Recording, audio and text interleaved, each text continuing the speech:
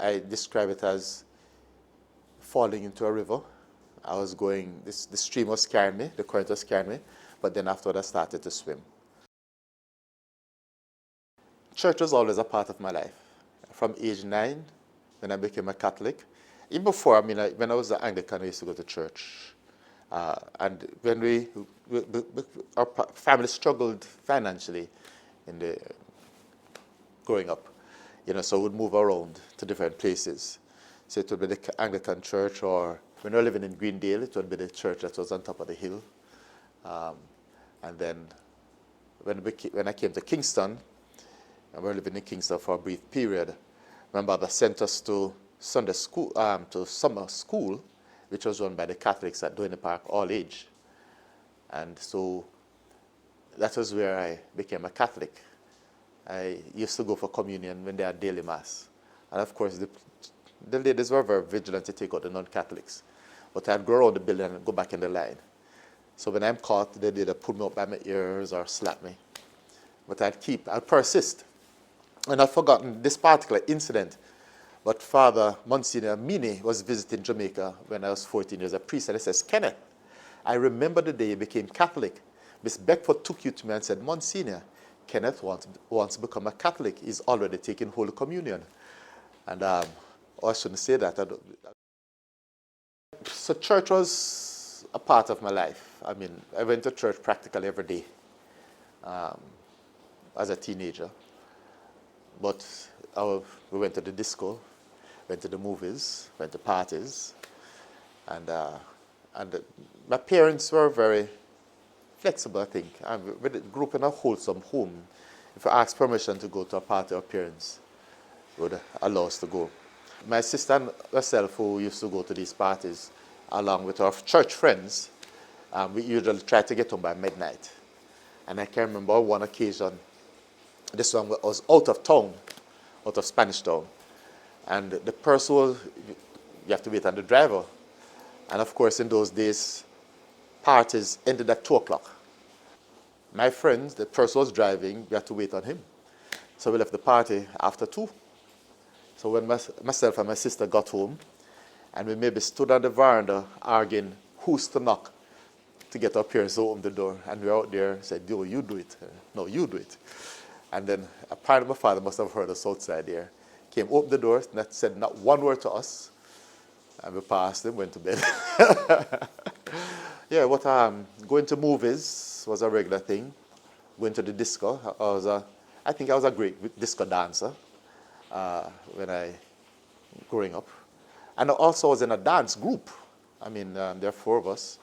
I forget what we used to call ourselves. But the 4 of us, and we were a great rave in Spanish Town because people would dance at school, if there are school concerts. Other churches would invite us to perform at their concerts, etc. So that was me, yeah. We struggled financially because every so often when the rent couldn't be paid, I can remember coming home maybe on 2 occasions when we came home that the bailiff had come and all the furniture was out the house. I suppose they took that as security. It's almost as if these things didn't cause any depression or cause us to even think that we're poor. We just lived, we just took life as it went by. And so we moved about. We moved from Spanish Town to Greendale, then we moved back to a place in Spanish Town. Then we moved to Rollington Town, then we moved to Washington, off Hagley Park, Walton Park Road, then to Doyne Park, and then back to Spanish Town. And when we moved back to Spanish Town, I was maybe about age 10 or so. And so the rest of my growing up was from Spanish Town family home, my mother's parents' home. And we just had a good family life. There are 3 brothers and 3 sisters, mother and father. We had a lady we called Grandma that moved. She was living in a yard, one of the yards that were when we lived. And then from that, she just came with us, and she was a part of the family. One of the things that we did as children would paint our house every Christmas. And it would be when September came around, all of us would start putting money out of our lunch money. And my sister, who follows me, she would be the banker and save the money. And so when we got to December, the final week of before Christmas, then we'd buy the paint, and every Christmas we'd be painting the house. Of course, if the paint ran out, then we'd go to our parents and try to squeeze something out of them to finish it up. But that was fun for us as family. Of course, the family went to church, that means the children, and we were involved in church. House was like the house where all the young people met. So every sort would have all of a sudden, let us have a party. And we would just move the furniture, turn off the lights, and our parents would be in their bedroom, and we'd be having a party until 10:30. Maybe sometime met a loss about midnight. But family life was very, very good. My mother and father, they really made a sacrifice to take care of the 7 of us.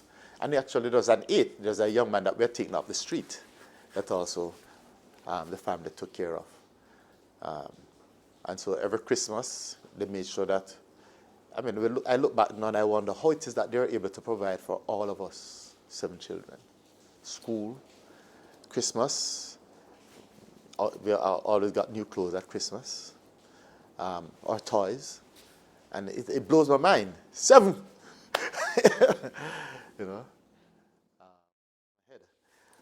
After graduation, my mother asked, so Ken, now that you graduate from school, what are you planning to do? And of course, during those days, I was into weightlifting, so I was thinking about a job lifting things. And I said, maybe a sideman on a truck or a bus. I had to do the matrix to get out of the way. Or else I would be standing here. Of course, that got some sense into me, and that's when I made the application as a lab assistant. And when that failed, because of the industrial action of the 70s, mid-70s, then I tried the police force. And then on the verge of entering the police force, because actually I also got a particular Monday morning, everything was in place. And then the Sunday, I ended up at St. Benedict's Rectory.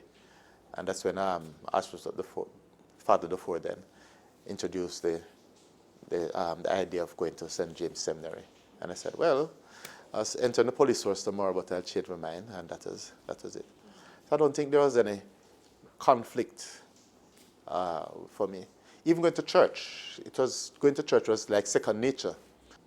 Only once I was forced to go to church, and it was a particular weekend when my church clothes was dirty. And my mother said, well, you still going to church, you went to wear a school uniform, and in those days it was short khaki pants. Oh my God, have mercy. And my mother walked with a strap behind myself and my sister straight to the church door, St. Joseph, that morning. But that's the only time I think that I was kind of resisted going to church. But went to church still and enjoyed it. After you forget that it was khaki clothes you had on and short pants. I can remember the charismatic movement in the 70s. I think I had a very good pastor. And I suppose I responded to the invitations that he would give. And he was a person who attended the charismatic movement when it was at Alvernia in Kingston, then it moved to Holy Cross. And so I traveled over with him on a Wednesday evening to the charismatic movement. And I think that informed my spirituality.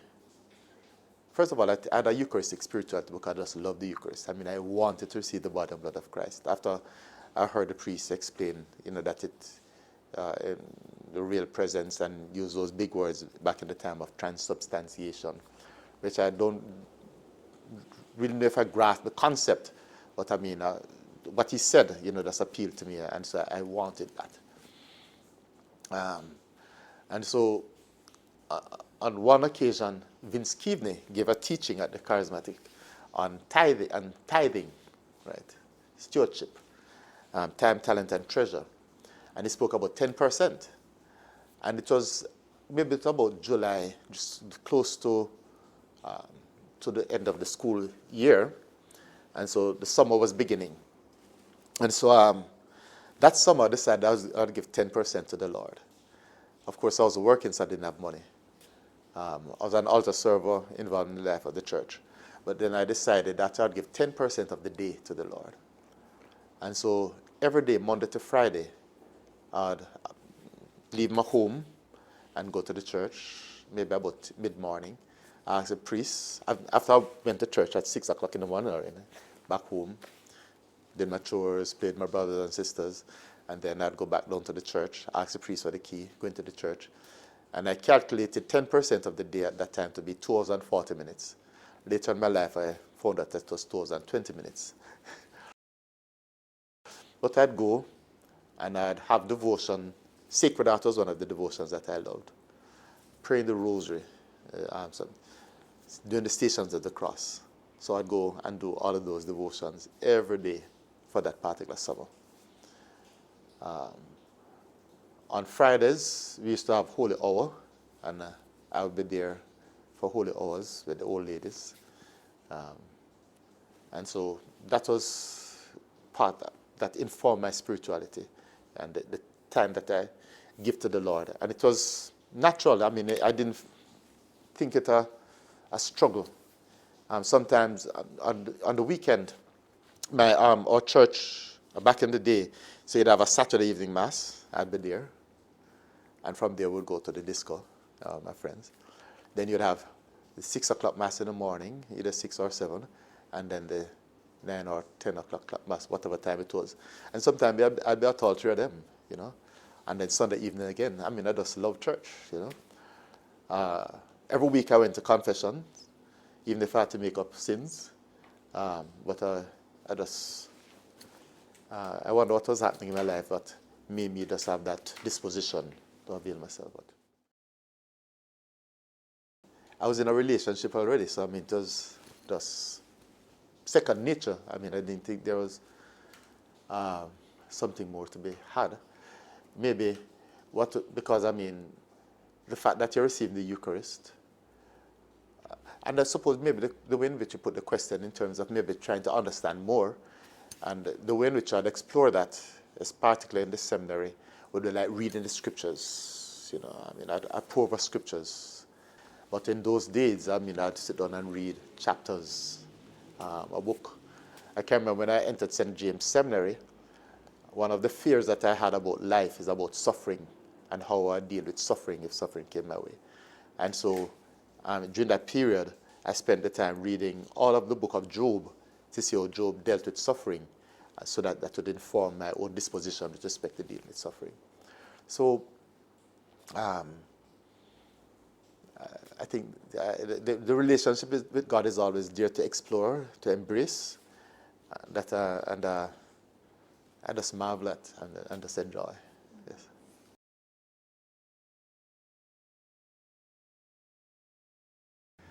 You know, one of the things that I always remark to people is that, you know, struggles for me, I think maybe the longest struggle that I have in terms of resolving it in my mind was when I was my first 2 weeks at St. Benedict's, when the church council president came and said, persons had some impression of me.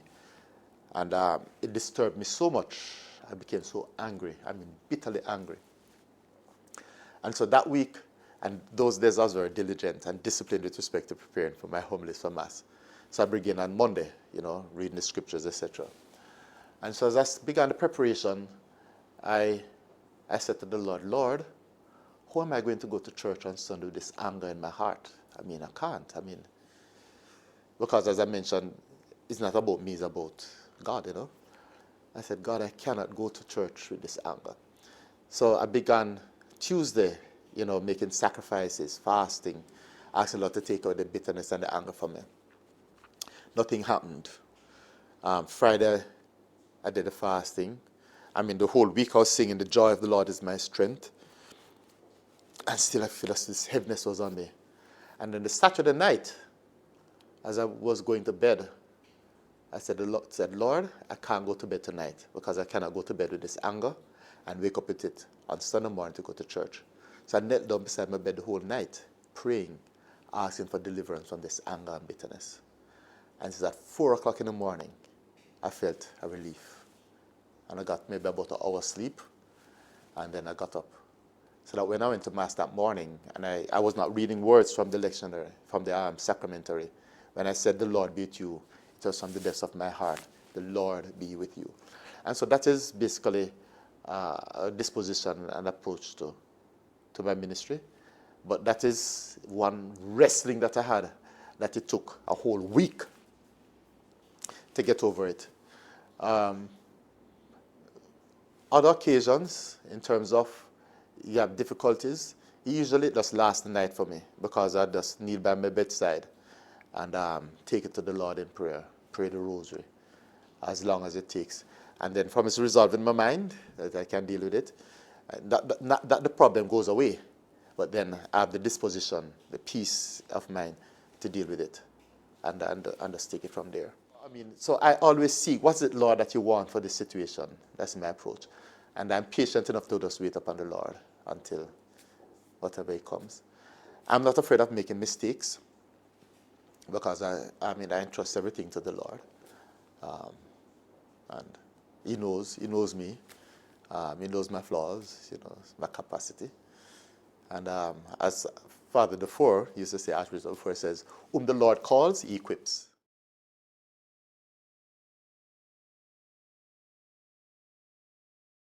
When I look back at it, I describe it as falling into a river.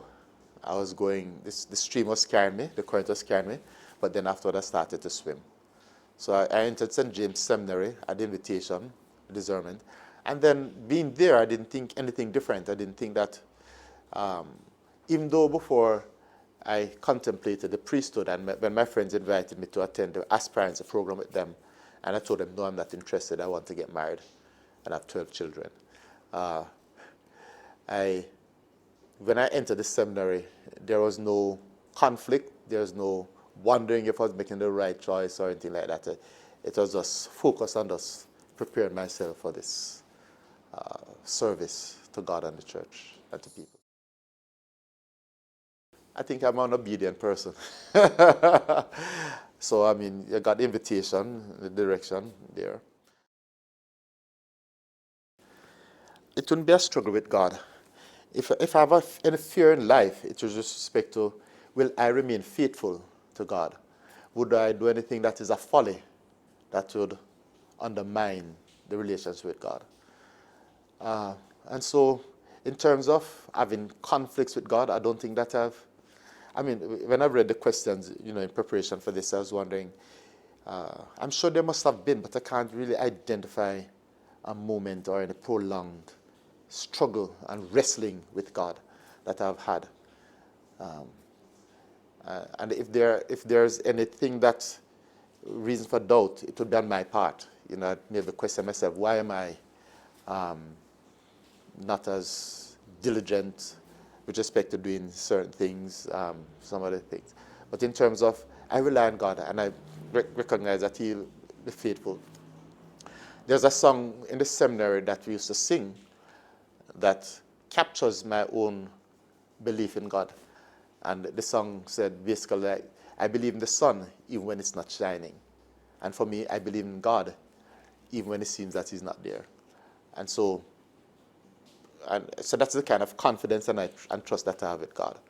And so when things are not going the way that they should, when things are upside down, I do not get too flustered. I call out to God. Sometimes I'd spend a long night in kneeling and calling out to God for a particular situation. Sometimes when things are not going the way that you expect them in terms of the administration of the diocese, etc., or when I was in the parish and something went askance, and it would be driving me to my knees.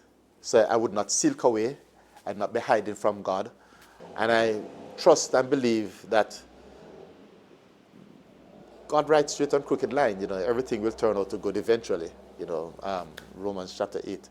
So there are moments when you wrestle and you cry, you quarrel with God, but it is not anything conflicting that I'd I'd be so angry with him that I can't bother with him, or I'd neglect the relationship.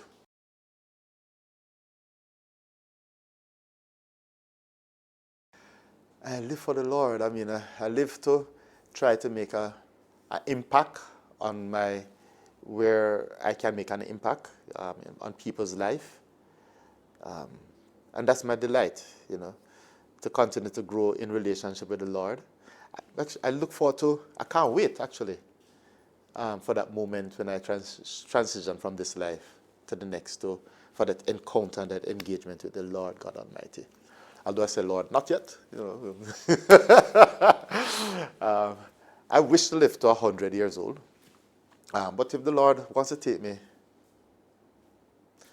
sometimes I pray and say, Lord, take me. Because when sometimes they're facing a challenge and they can't, I say, Lord, well, don't take me now.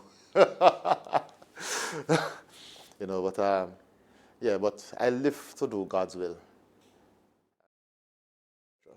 And one of the church communities that I visited was Belfield Line, and they told me that they had a regular mass, most of the time that communion services. So I made a commitment to them and told them I'd come twice a month to do mass for them if the other 2 Sundays they'd turn up for the communion service with the extraordinary minister. And so I'd end up doing 4 masses on a Sunday twice a month because of the 3 St. Benedict's, African Martyrs, Christ the King out in Port Royal, and then head out to Belfield Line in St. Mary for the evening mass. And sometimes I'd be struggling, trying to stay awake, going through the junction. And when I got there, I said to the Lord, Lord, these people, I can't make an excuse and say, look, people, what is the 4th mass I'm doing? And I said, I'm tired. They're coming to mass. This is going to be the first mass for them. So I asked the Lord to give me the grace and the strength to celebrate that mass, the 4th for the day, as the first mass, as if it was the first mass I was doing. And so that is my approach with respect to ministry, pastoral ministry, to recognize that I have a responsibility to truly engage people, to recognize their yearning, their needs, and to satisfy it to the best of my ability, according to my capacity, insofar as I can do, and then to do it. As St. Augustine says, we are created by God, we are created for God, and our hearts are restless until it finds rest in God. So my whole purpose for existence is that relationship. My life has no meaning if it's not in connection with that relationship with the Lord, my God, my Creator, my Savior.